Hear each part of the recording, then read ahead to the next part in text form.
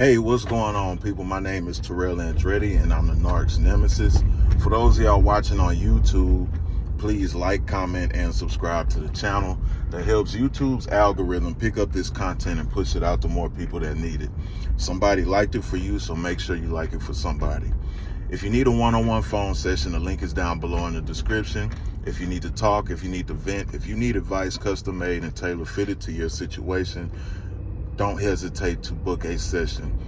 I do all states, I do all countries, I do all time zones, so don't let that deter you from booking a session.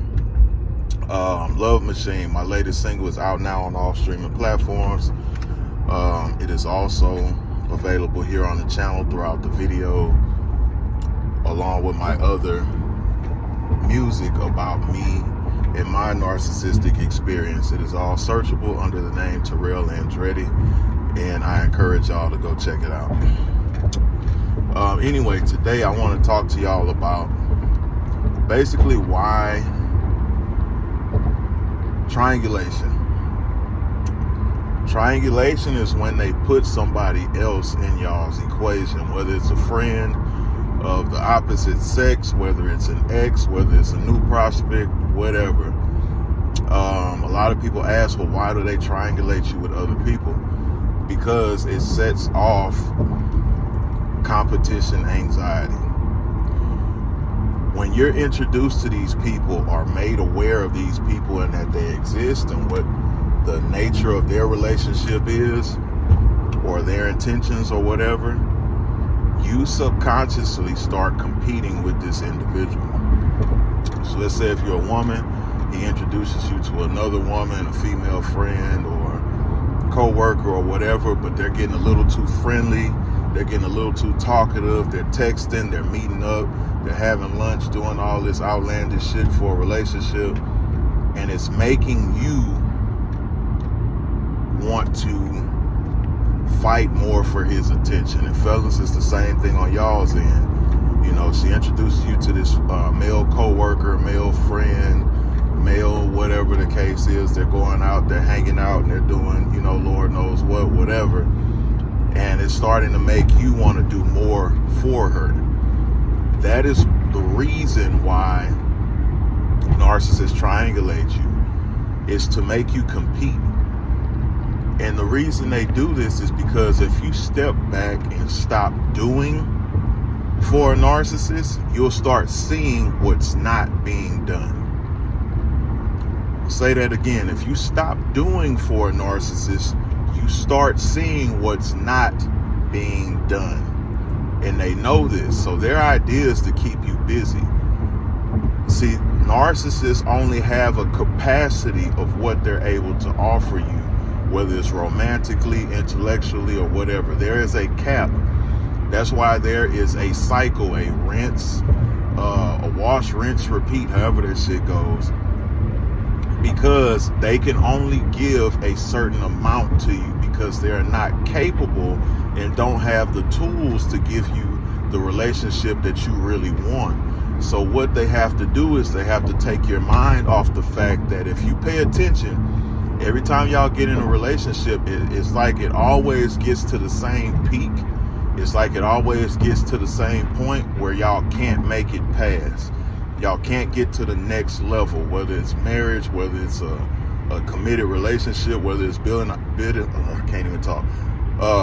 a house together, moving in with each other, starting a business, whatever it is. It's like it's just not happening. You know what I mean? So what has to happen, because if you start paying attention, you'll notice, well, damn, every time I get to this point with this individual, you know what I mean, it's nothing. Like, we can never make it to that next level. So what'll start happening is, you know,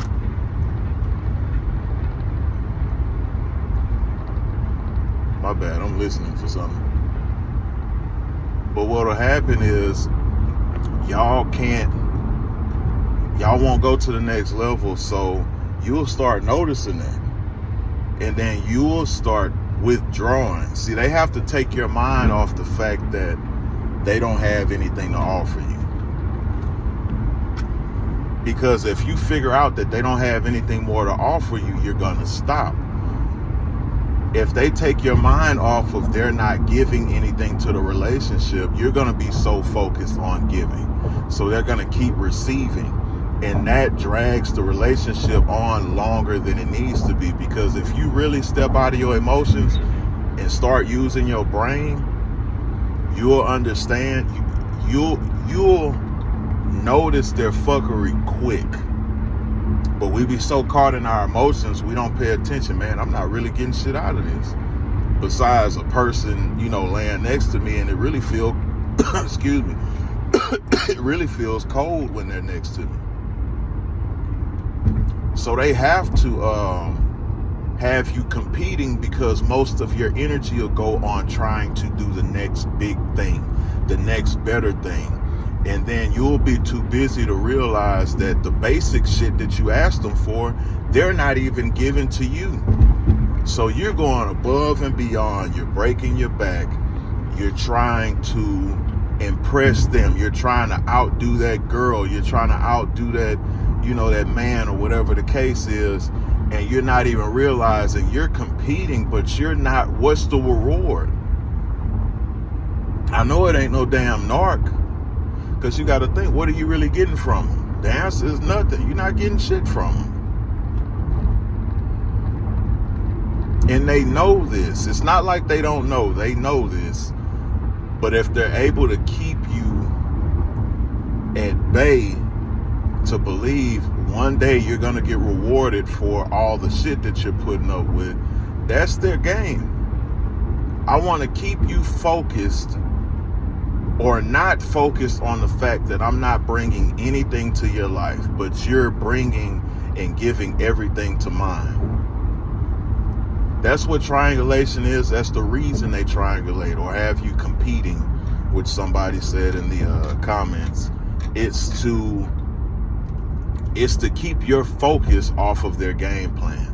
It's to keep your focus off of what you're not getting from them. It's to keep your focus off of loving yourself, because we be so busy trying to compete with this other person that we stop going to the gym, we stop cooking, we stop building that business, we stop going to work, working overtime, getting that money, whatever the case is.